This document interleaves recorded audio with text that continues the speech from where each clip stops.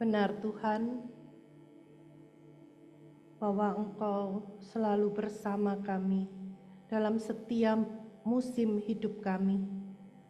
Tetapi seringkali kami melupakan bahwa Engkau ada bersama kami, sehingga kami frustrasi, sehingga kami depresi, sehingga kami kecewa, sehingga kami mundur dari Engkau. Pada pagi hari ini, biarlah firman-Mu boleh mengangkat hati kami, mengingatkan kami lagi bahwa jikalau Engkau ada bersama dengan kami, sukacita yang besar itu akan kami rasakan. Oleh sebab itu Tuhan, pakailah hamba-Mu untuk menjadi saluran berkat pada pagi hari ini.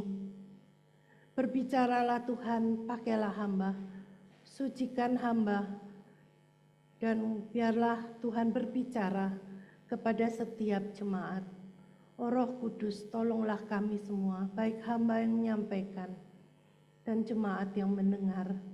Biarlah kami sama-sama diberkati oleh firman Tuhan, karena hanya firman-Mu yang dapat meneguhkan iman kami, memberikan ketenangan, sukacita, damai sejahtera.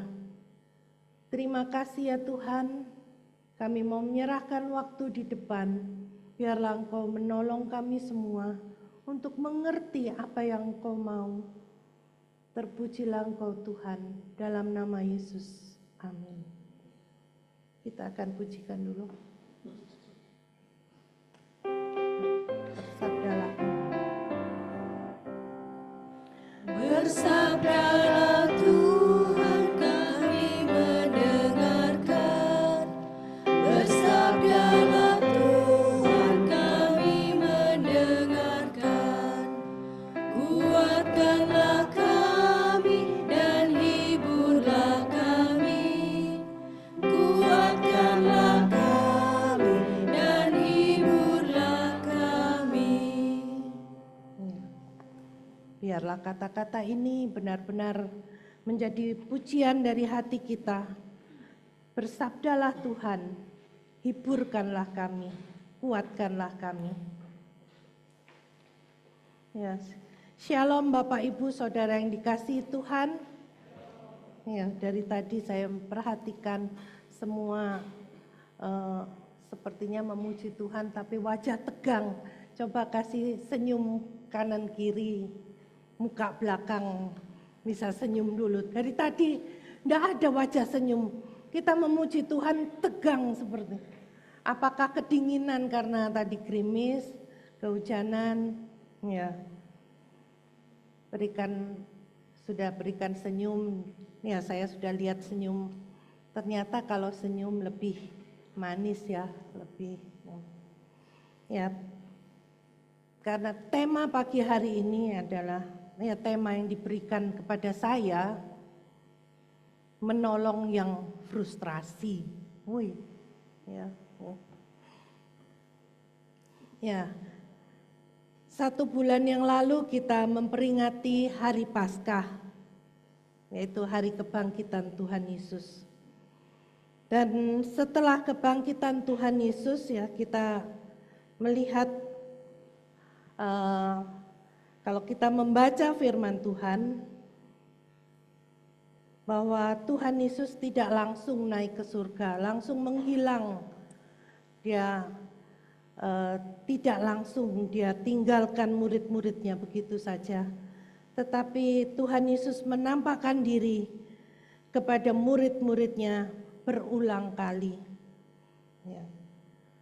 Minggu lalu juga kita sudah mendengar bagaimana Tuhan Yesus menampakkan murid-muridnya kepada Maria Magdalena, kemudian kepada 2 orang yang berjalan ke Emmaus. Dan pada pagi hari ini juga kita akan melihat bahwa Tuhan Yesus juga menampakkan dirinya kepada murid-muridnya. Murid-murid memang sudah, ya murid-muridnya percaya bahwa Yesus yang sudah mati tersalib dan dikuburkan itu benar-benar bangkit di hari ketiga. Ya, dia sudah menampakkan diri pada waktu mereka berkumpul di ruangan terkunci. Tetapi memang perlu berulang kali Tuhan Yesus menampakkan diri untuk menyatakan atau untuk meneguhkan iman para murid yang sedang dalam proses untuk percaya dengan segenap hati. Mari kita membaca firman Tuhan dari Yohanes pasal 21, nanti kita baca ayat 1 sampai 14 yang akan saya bagi dalam 3 bagian.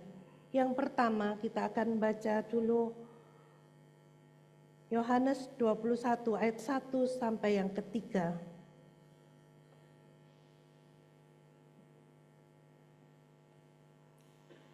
Yohanes 21 ayat 1 sampai yang ketiga. Yesus menampakkan diri kepada murid-muridnya di pantai Danau Tiberias. Kemudian Yesus menampakkan diri lagi kepada murid-muridnya di pantai Danau Tiberias, dan ia menampakkan diri sebagai berikut.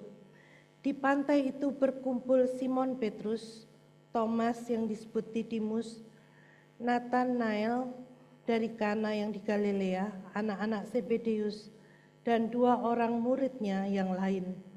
Kata Simon Petrus kepada mereka, "Aku pergi menangkap ikan." Kata mereka kepadanya, "Kami pergi juga dengan engkau." Mereka berangkat, lalu naik ke perahu, tetapi malam itu mereka tidak menangkap apa-apa.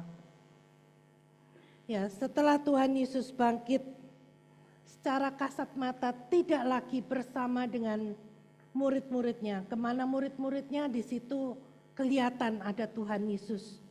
Tidak seperti itu lagi. Oleh sebab itu, Petrus mempunyai inisiatif, aku akan pergi mencari ikan lagi. Karena memang sebelum mereka berjalan bersama dengan Tuhan Yesus, pekerjaan Simon Petrus dan beberapa muridnya ini juga seorang nelayan yang biasa menjala ikan. Dan beberapa temannya ini, aku ikut ya. Mereka ikut bersama dengan Simon Petrus, mereka mencari ikan lagi. Karena itu usaha mereka, ya, penghidupan mereka dari mencari ikan. Ya, Petrus mau mencari ikan. Ya.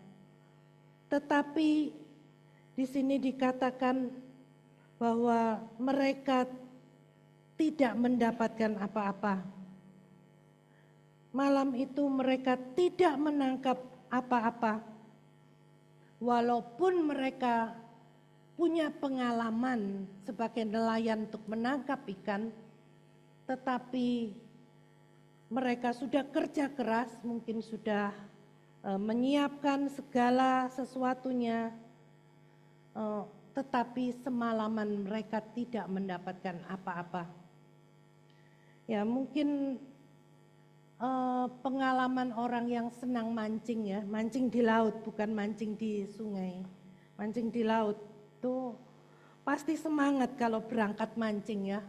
Wah, nyiapkan pancing, nyiapkan apa untuk makanan ikan ya, umpan, berharap dapat ikan ya, umpannya disiapkan banyak, pancingnya juga tidak mungkin bawa satu pancing ya.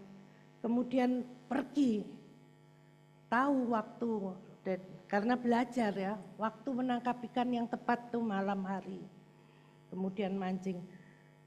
Kalau sampai pagi enggak dapat apa-apa, pasti stres. Waduh, gimana orang rumah nanti pasti tanya, mana ikannya, gitu.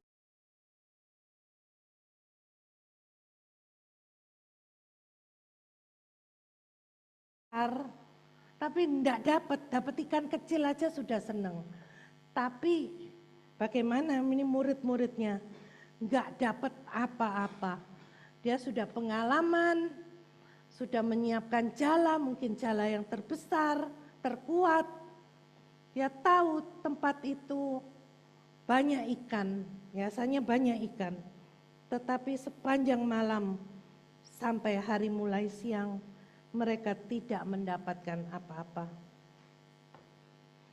Ayat yang dan murid-muridnya bukan saja capek ya sepanjang malam, tapi juga lapar, frustrasi. Karena walaupun Tuhan Yesus sudah bangkit, mereka merasa ditinggalkan. Tuhan Yesus sudah bangkit, tapi aku loh enggak dapat apa-apa, enggak dapat ikan. Aku sudah menjala ikan, tapi kenapa enggak dapat apa-apa? Yang kedua ayat 4-6. Ketika hari mulai siang, Yesus berdiri di pantai, akan tetapi murid-murid itu tidak tahu bahwa itu adalah Yesus. Kata Yesus kepada mereka, "Hai anak-anak, adakah kamu mempunyai lauk pauk?" Jawab mereka, "Tidak ada." Maka kata Yesus kepada mereka, "Tebarkanlah jalamu di sebelah kanan perahu, maka akan kamu peroleh." Lalu mereka menebarkannya dan mereka tidak dapat menariknya lagi karena banyaknya ikan. Mereka tidak mengetahui bahwa itu Tuhan yang berdiri di pantai. Tetapi Tuhan tahu apa yang sedang dialami murid-muridnya. Yang lelah hatinya, lelah jiwanya, lelah badannya. Ya dia lapar, mereka lapar sepanjang malam berusaha menebarkan jala, tarik kosong. Tebarkan jala lagi, tarik kosong. Mungkin yang ditarik sampah. Kirain ikan, tapi kayu yang ditarik. Capek bolak-balik ke sebelah sana, gak dapat, ke sebelah sana, gak dapat. Capek. Kemudian udah deh, sudah mau siang, nggak mungkin ada lagi, kita balik aja ke pantai. Pada waktu mereka balik ke pantai, mereka lihat ada orang di sana, tapi mereka tidak mengenal itu Tuhan Yesus. Tapi Tuhan tahu murid-muridnya sedang kelelahan, kelaparan, frustrasi. Tuhan tahu. Tuhan diam aja, hanya pangku tangan dan lihat? Tidak. Apa yang Tuhan lakukan? Tuhan berbicara kepada mereka yang dimengerti oleh mereka. Tuhan berbicara seperti seorang ayah kepada anaknya. "Hai anak-anak, adakah engkau mempunyai lauk pauk?" Kalau orang ditanya kalau sudah kesel, orang tanya halus aja mungkin jawabannya juga kesel. Enggak nyeneng, gak dapat, udah tahu, enggak dapat apa-apa, kok ditanya, gitu ya. Tapi enggak disebut di sini. Ya pada waktu Tuhan Yesus tanya, "Hai anak-anak," dengan lembut Tuhan Yesus tanya, gak dapat, gitu ya. Dijawabnya enggak dapat, gitu ya, enggak ada. Kemudian Tuhan Yesus mengarahkan mereka, "Kembalilah, tebarkanlah jalamu di sebelah kanan, maka engkau akan peroleh." Sopo orang ini? Nyuruh, aku tadi sudah dari sebelah kanan, ya, tapi enggak ada di sini ngeyel. Mereka taat, suruh balik mereka. Mereka menebarkan jalannya lagi. Begitu mereka menebarkan jalannya, Tuhan sudah mengirimkan ikan-ikan besar yang banyak, lebih dari apa yang mereka pikirkan dan mereka harapkan. Nggak bisa ngangkat, nggak bisa ngangkat. Baru lihat, baru si Yohanes oh itu Tuhan yang berbicara. Itu Tuhan ada kuasa dalam perintahnya. yang akan menghasilkan apa-apa. Ya dulu di Afrika, untuk seorang anak mau dianggap dewasa, mungkin dari yang umur 12, dari SD mau ke SMP, itu harus melalui ujian dulu. Melalui ujian dulu yang diuji oleh orang tuanya sendiri.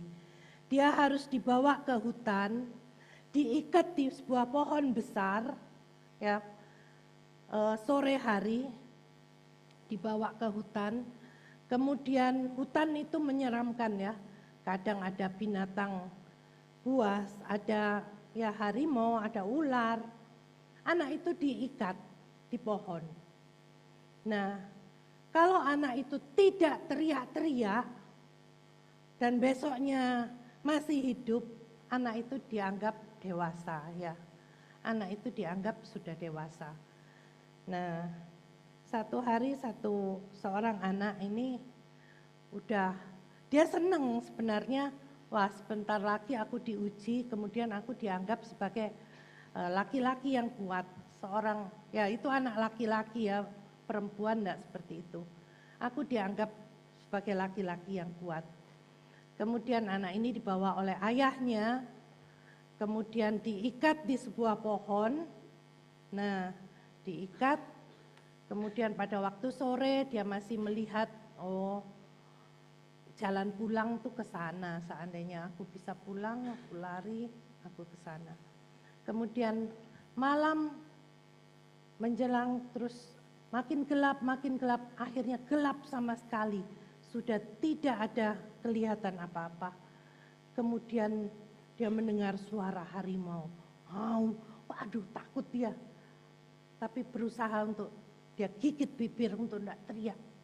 Mungkin terkencing-kencing, mungkin juga kram kakinya ya. Dia takut. Dia berusaha untuk tidak teriak. Kemudian sampai paginya, ya mungkin juga dia bisa duduk ya. Tetapi pada pagi hari dia melihat ayahnya ada di balik pohon. Ayahnya membawa tombak, membawa panah. Ayahnya sembunyi di balik pohon, menjaga anaknya. Demikian Tuhan dalam setiap musim kehidupan murid-muridnya. Ya. Tuhan Yesus yang bangkit tidak mungkin meninggalkan murid-muridnya. Dia tahu keadaan murid-muridnya sedang ngapain. Sedang berusaha sendiri, sedang kecewa dengan usahanya sendiri. Mungkin kecewa di dalam pekerjaan, mungkin kecewa di dalam rumah tangga, mungkin kecewa di dalam sekolahnya, kuliahnya. Ada banyak kekecewaan membuat seseorang anak Tuhan juga kecewa kalau dia tidak tahu firman Tuhan. Kita melihat ayat 7 sampai yang ke-14.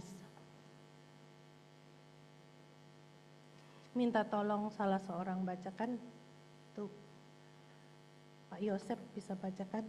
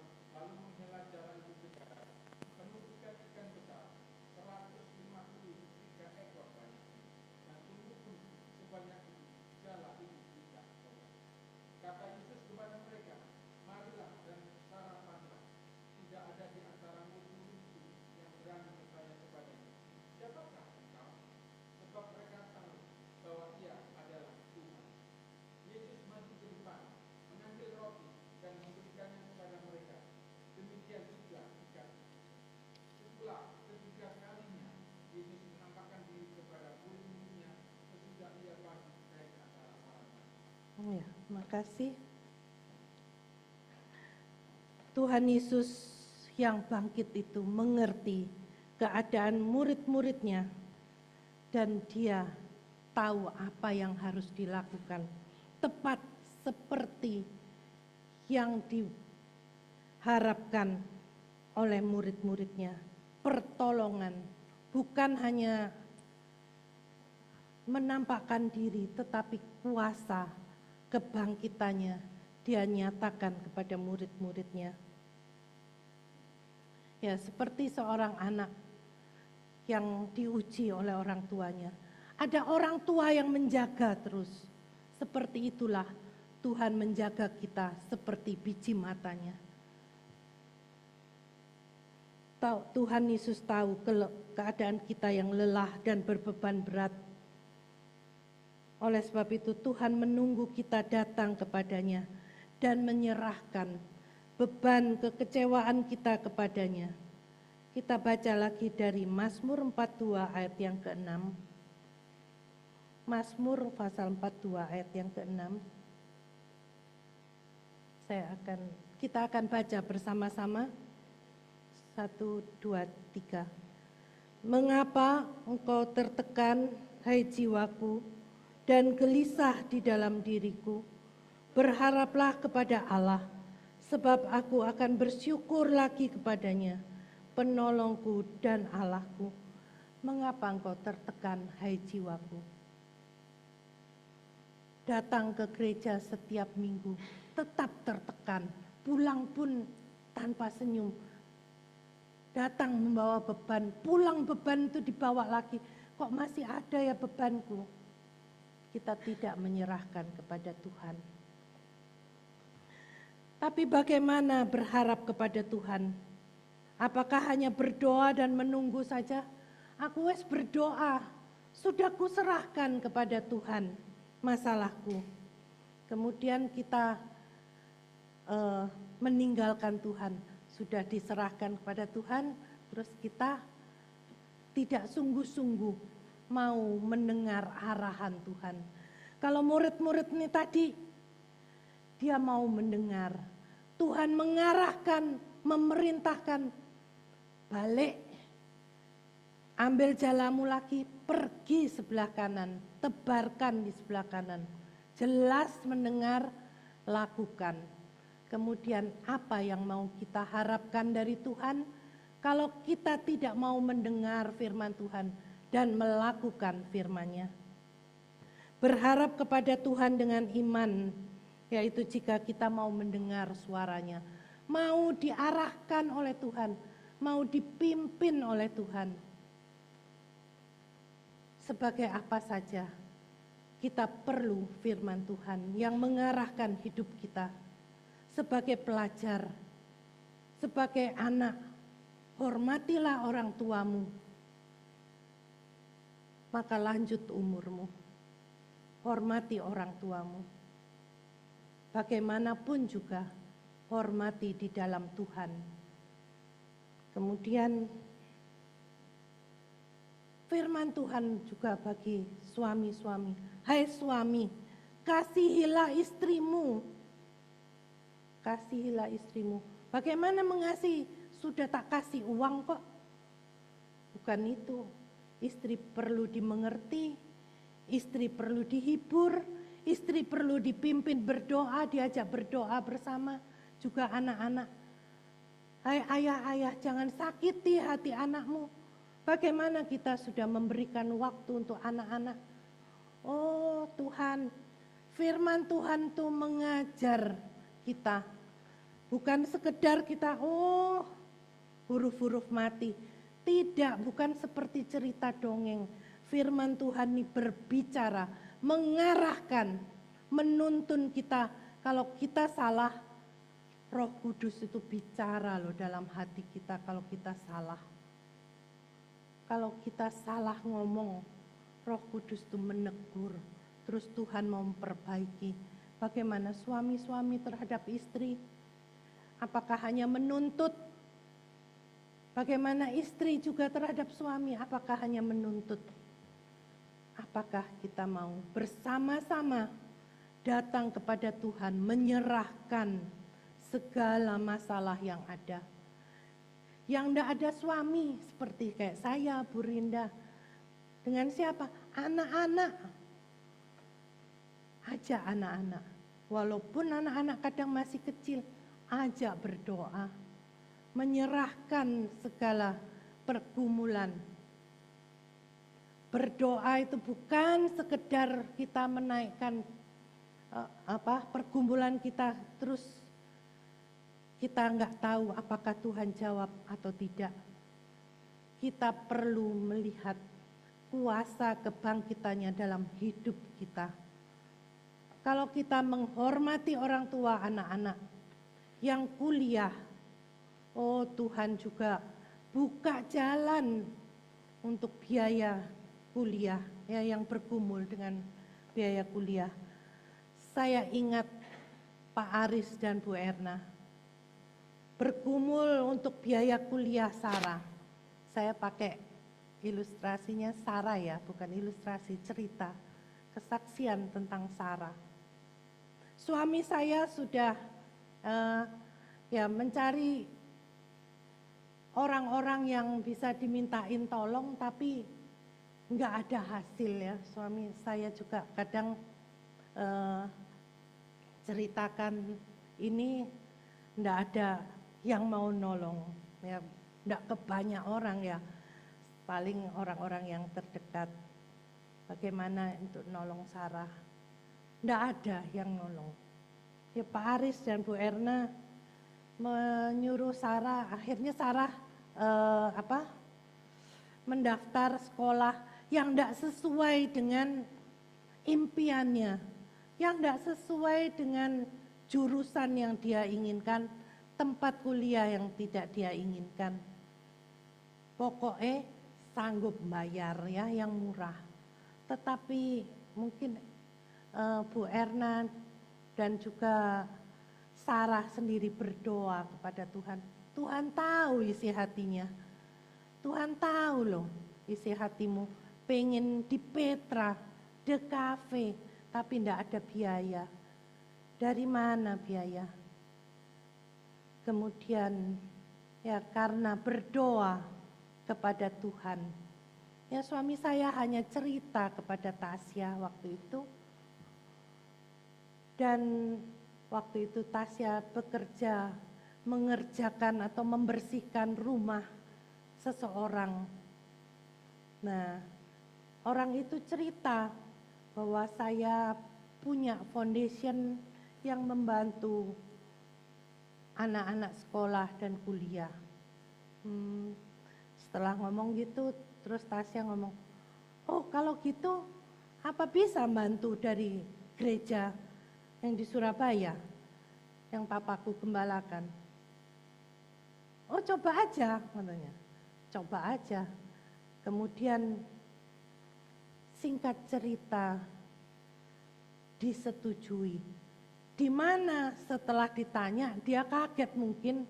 Biasanya yang dibantu itu uang semesternya cuman paling banter 6 juta satu semester. 6 juta, 10 juta paling mahal ya. Karena hanya SMP, SMA yang kuliah sedikit. Ini yang diajukan Sarah berapa waktu itu Sarah? 24 juta kalau enggak salah. Wih, besarnya. Tetapi kalau Tuhan yang membuka jalan, tidak ada yang mustahil. Orang itu enggak kenal suami saya, enggak kenal gereja ini, enggak kenal Sarah. Tapi Tuhan tahu doa mereka. Doa Pak Aris, Bu Erna, Sarah mungkin. Tuhan tahu. Tuhan tahu kerinduannya. Tuhan buka jalan. Itu kuasa kebangkitannya. Membuka jalan yang tidak mungkin jadi mungkin. Dibiayai sampai selesai kuliah. Ya. Puji Tuhan. Dan selama mereka menunggu itu, saya melihat tidak pernah sekalipun Sarah menolak kalau di ya mengganggu ya. Tidak pernah Sarah meninggalkan pelayanan. Dan setelah selesai kuliah, dia belum mendapatkan pekerjaan. Dia tetap melayani Tuhan dengan setia. Sampai Tuhan buka jalan. Tuhan buka jalan, dia mendapatkan pekerjaan di tempat yang tepat. Kadang-kadang kita merasa doa kita sia-sia. Tetapi Tuhan tahu. Tuhan tahu enggak keadaan gereja kita kalau seperti ini? Mic-nya rusak, mixernya rusak. Tahu enggak? Tahu Tuhan. Kita yang menyanyi, yang memuji Tuhan di sini suaranya jadi miring-miring. Tuhan tahu. Kita bawa kepada Tuhan. Ya, kita doakan. Ya. Tuhan sudah buka jalan. Sedikit diperlihatkan bakal ada bantuan dari pemerintah untuk kita dapat membeli mixer, mic, ya semua yang rusak ini. Ya, Tuhan tahu loh gereja kita yang kecil ini, kita yang berdoa, orang-orang sederhana, yang tidak mampu apa-apa. Tuhan tahu. Ya, doakan supaya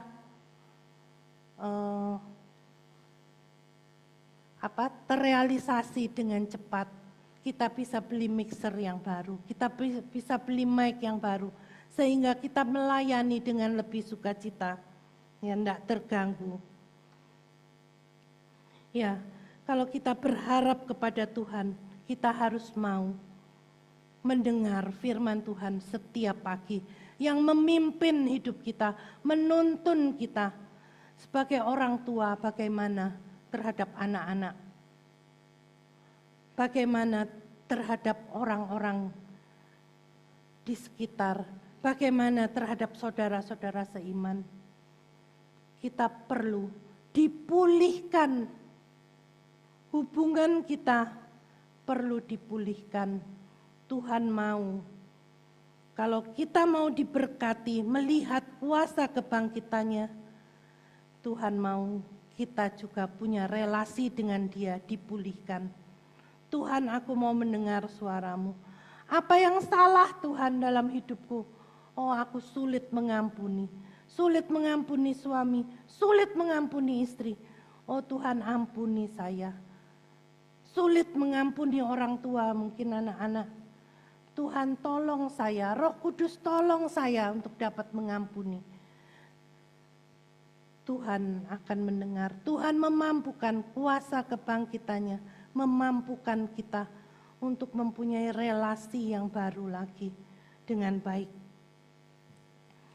Baru doa-doa kita didengar oleh Tuhan. Setiap masalah kita, Tuhan bisa tolong. Ya. Murid-murid Tuhan itu bukan saja mendapatkan banyak ikan. Ya. Hai anak-anak, adakah lauk pauk? Ya, enggak ada. Kemudian Tuhan kasih, ya Tuhan suruh dan mereka mendapatkan.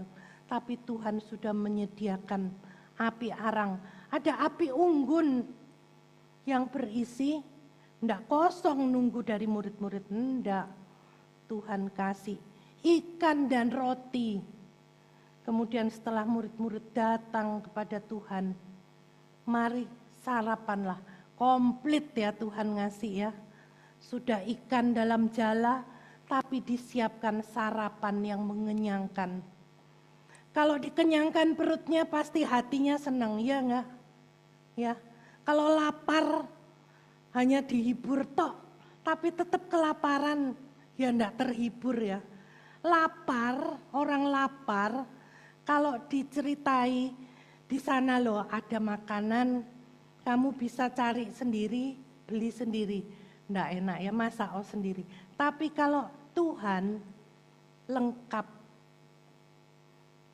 Sudah diberkati dengan ikan yang banyak, muridnya capek, lelah, disiapkan. Ada ikan dan roti panggang. Ya, enak. Tuhan Yesus mengajak, marilah sarapanlah. Oh, itu yang menyenangkan jiwa. Tuhan kalau memberkati, tidak separuh-separuh. Dia akan tahu apa yang kita butuhkan. Tuhan membereskan ya pekerjaanmu, membereskan keluargamu. Tuhan melengkapi dengan apa yang membuat jiwamu bersukacita. Dia tahu luar biasa mengikut Tuhan. Makanya jangan separuh-separuh ikut Tuhan. Kalau lagi mood, aku mau ke gereja. Kalau lagi hatiku enak, aku mau dengar firman. Kalau enggak, kalau Tuhan enggak lihat ada berkat, aku malas. Jangan lihat berkat dulu, datang dulu, dengar firman dulu. Tuhan buka jalan berkat.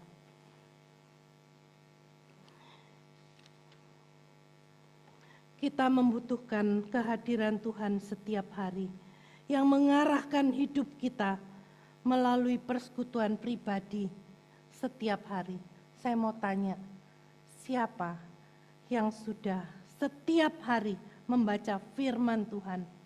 Bukan hanya baca tok, tapi mau menikmati persekutuan dengan Tuhan. Siapa? Aku bolong-bolong, waduh, ya. Kita kalau enggak bisa pagi, siang, malam, kita mencari, Tuhan bicaralah, aku punya masalah. Tuhan tolong, apa yang harus aku dengar, apa yang harus aku lakukan. Dia memberi hikmat. Hikmat, Tuhan enggak bicara di telinga kita, hai Devi kamu harus gini, enggak. Tapi Tuhan pada saat membaca firman, kadang Tuhan menegur saya. Oh, kamu salah tadi ngomong dengan ini, salah. Kamu terlalu kamu salah menganggap kamu lebih benar dari dia. Oh Tuhan, ampuni saya, lembutkan saya. Tuhan, waktu masih ada suami saya juga, seringkali Tuhan menegur saya pada saat membaca firman. Oh, saya salah terhadap suami saya. Saya salah. Ampuni saya Tuhan. Kemudian sikap saya rubah. Begitu juga suami saya. Kami saat membaca firman Tuhan, masing-masing diperbaharui cara kita berinteraksi satu dengan yang lain. Kalau kita tidak ada firman, hanya kata-kata motivator, kita hanya mendengar orang-orang bagaimana mempunyai rumah tangga yang bahagia, tidak bisa. Karena kita membutuhkan kuasa kebangkitannya yang memulihkan, yang memampukan kita jalan di saat hati sakit, di saat jalan tertutup, apa yang harus kita lakukan? Tuhan berbicara. Walaupun hamba Tuhan, kita membutuhkan arahan Tuhan setiap hari. Tuhan, kalau Tuhan tidak bicara kepada saya, apa yang harus saya sampaikan? Apalagi kalau saya tidak berubah, aduh malu saya Tuhan. Aku disuruh khotbah dengan tema ini, dengan tema ini. Aduh Tuhan, tolong Tuhan. Ya saya masih lemah. Tapi Tuhan katakan, kamu yang lemah, aku mau mampukan kamu tetap berdiri. Aku mau mampukan kamu tetap melayani. Kadang jatuh bangun, tapi aku tetap setia. Tuhan, aku mau tetap setia. Itu yang Tuhan katakan dalam hati saya. Saya merasakan saya banyak kelemahan. Saya tidak pandai, tapi saya mau Tuhan Kau pakai. Setiap kita, kalau mengalami kuasa kebangkitannya, dia akan mau bersaksi. Di gereja, dimanapun, di tempat kerja dia bersaksi. Apa yang Tuhan sudah perbuat dalam hidup saya. Apa yang Tuhan sudah rubah dalam hidup saya. Saya sering kali mendengar kesaksian dari Ibu Suyatmi. Ya, kalau ditanya yang lain, sepertinya kok nggak ada kesaksian. Apakah Tuhan tidak pernah menolong? Ya, saksikan ya kesaksian kita bagaimana yang kita pernah frustrasi, kecewa, tapi Tuhan kuatkan lewat firman. Itu membawa sukacita, ya. Berkat yang melimpah seperti Sarah itu bisa kuliah sampai selesai. Itu bisa disaksikan di mana saja. Itu bisa Sarah saksikan di tempat kerja, kepada suami, kepada anak-anak, bagaimana Tuhan menolong. Ya, dan itu membuat orang yang frustrasi juga kepingin bertemu dengan Tuhan dan mengalami kuasa kebangkitannya. Kita semua mau mengalami atau sudah mengalami? Yang sudah mengalami kuasa kebangkitannya bisa angkat tangan? Wah, cuman sedikit ya. Saya merindukan semua termasuk anak-anak muda. Bagaimana Tuhan menolong dapat menyelesaikan kuliah, ya.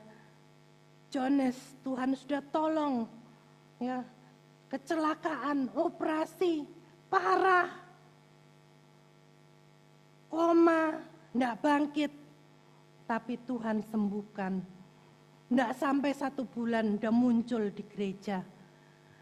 Apakah itu bukan satu mujizat kehadiran Tuhan di tengah-tengah keluarga Bapak Yohanes? Luar biasa. Saya yakin bahwa Tuhan tahu keadaan kita dan Dia mau memberkati, memulihkan dan memberkati kita semua. Roh Kudus itu yang menolong kita untuk mengerti apa yang Tuhan mau dan memampukan kita untuk melakukan apa yang Tuhan mau. Dan Roma 8 ayat 28, Dia turut bekerja untuk mendatangkan kebaikan bagi setiap orang yang datang kepadanya. Bagi setiap orang yang mengasihi Dia, Tuhan hadir. Biarlah Tuhan hadir di dalam keluargamu setelah pulang dari tempat ini. Tuhan hadir di tempat pekerjaanmu, di mana masih ada masalah. Tuhan hadir dimanapun kita pergi. Amin. Kami juga berdoa untuk rencana seminar pada hari Sabtu tanggal 24 Mei tentang kesehatan mental untuk orang tua. Dan biarlah seminar ini menolong orang tua bagaimana membuat anak-anak di rumah menjadi anak-anak yang mengasihi Tuhan dan juga memberikan pertolongan kepada anak-anak sehingga mereka tidak putus asa. Kami berdoa untuk pembicara mental health ini Tuhan. Engkau mengurapi, Engkau mempersiapkan supaya apa yang disampaikan boleh berguna bagi kami semua sebagai orang tua. Sehingga anak-anak kami tidak mengalami mental yang terganggu, tetapi sungguh mempunyai kesehatan dalam jiwa roh mereka, karena mereka adalah anak-anak Tuhan. Tuhan, kami juga berdoa untuk gerejamu yang saat ini membutuhkan baik itu mixer, baik itu mic, semua rusak Tuhan. Kami bawa semua alat yang rusak ke hadapan Tuhan. Tuhan, biarlah Engkau memberikan belas kasihan dan Engkau menggantikannya dengan segera sehingga kami dapat beribadah dengan penuh sukacita kami dapat bersorak-sorai lagi. Terima kasih Tuhan, kami mau menunggu dengan hati yang penuh kasih kepada Tuhan, tetap setia melayani Engkau. Terima kasih ya Bapa. Kami juga berdoa untuk Evangelis Agus dan keluarga yang saat ini sedang berduka karena Tuhan memanggil ibunya. Biarlah Tuhan memberikan penghiburan, kekuatan pada seluruh keluarga, sehingga mereka dapat menjalani hari-hari yang di depan dengan penuh sukacita. Terima kasih Bapa. Kami menaikkan doa ucapan syukur kami di dalam nama Tuhan Yesus yang telah mengajar kami berdoa. Bapa kami yang di surga, dikuduskan namamu. Datanglah kerajaan-Mu, jadilah kehendak-Mu di bumi seperti di surga. Berikanlah kami pada hari ini makanan kami yang secukupnya, dan ampunilah kami akan kesalahan kami, seperti kami juga mengampuni orang bersalah kepada kami. Dan jangan nambah kami dalam.